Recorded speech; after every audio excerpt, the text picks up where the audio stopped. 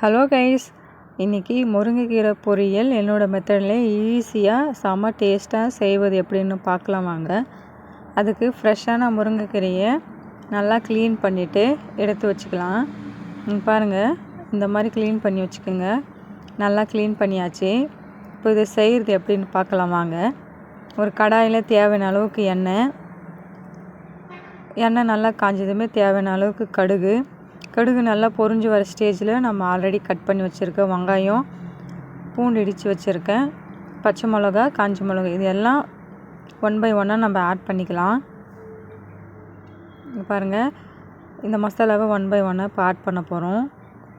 முதல்ல வெங்காயம், பச்சை மிளகா, காஞ்ச மிளகா ஆட் பண்ணிக்கலாம். வெங்காயம் நல்லா பச்சை வாசனை போகிற அளவுக்கு நல்லா வதங்கட்டும். வெங்காயம் நல்லா வதங்கின உடனே நம்ம இடித்து வச்சுருக்க பூண்டு விழுதை ஆட் பண்ணிக்கலாம். இங்கே பாருங்கள், வெங்காயம் நல்லா வதங்கி வந்திருக்கு.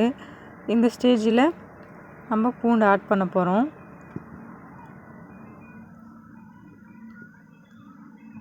பூண்டு ஆட் பண்ணி நல்லா மிக்ஸ் பண்ணிக்கலாம். இந்த பச்சை வாசனை போகிற அளவுக்கு நல்லா வதக்குங்க. நல்லா வதங்கிட்ட உடனே இந்த ஸ்டேஜில் நம்ம தேவையான அளவு தண்ணி ஊற்றிக்கலாம். நான் எடுத்து வச்சுருக்க கீரைக்கு 1.5 கிளாஸ் தண்ணி எனக்கு வேணுமா இருந்துச்சு.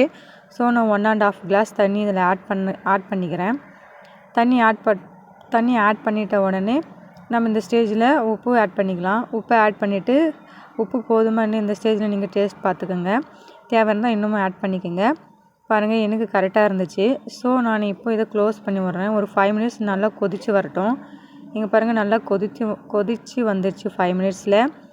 இந்த ஸ்டேஜில் நாம் க்ளீன் பண்ணி வச்சுருக்க கீரையை ஆட் பண்ணிக்கலாம். ஆக்சுவலாக கீரையை ஆட் பண்ணிவிட்டு மிக்ஸ் பண்ணாதீங்க. கீரையை மட்டும் ஆட் பண்ணிவிட்டு அதை அப்படியே க்ளோஸ் பண்ணி விடுங்க. ஒரு 5 மினிட்ஸ்க்கு அப்படியே க்ளோஸ் பண்ணி விட்டுருங்க. இங்கே பாருங்கள், கீரையை ஆட் பண்ணியாச்சு. நான் க்ளோஸ் பண்ண போகிறேன்.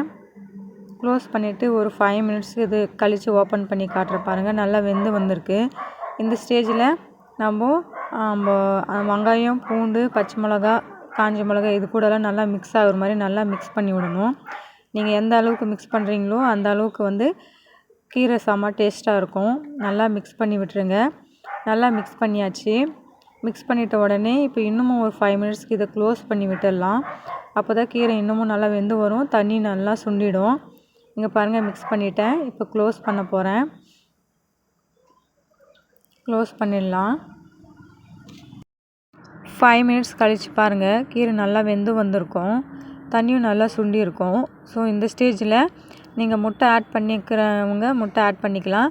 இல்லை வறுத்த கடலக்கொட்டை பொடி ஆட் பண்ணுறவங்களும் இதில் ஆட் பண்ணிக்கலாங்க.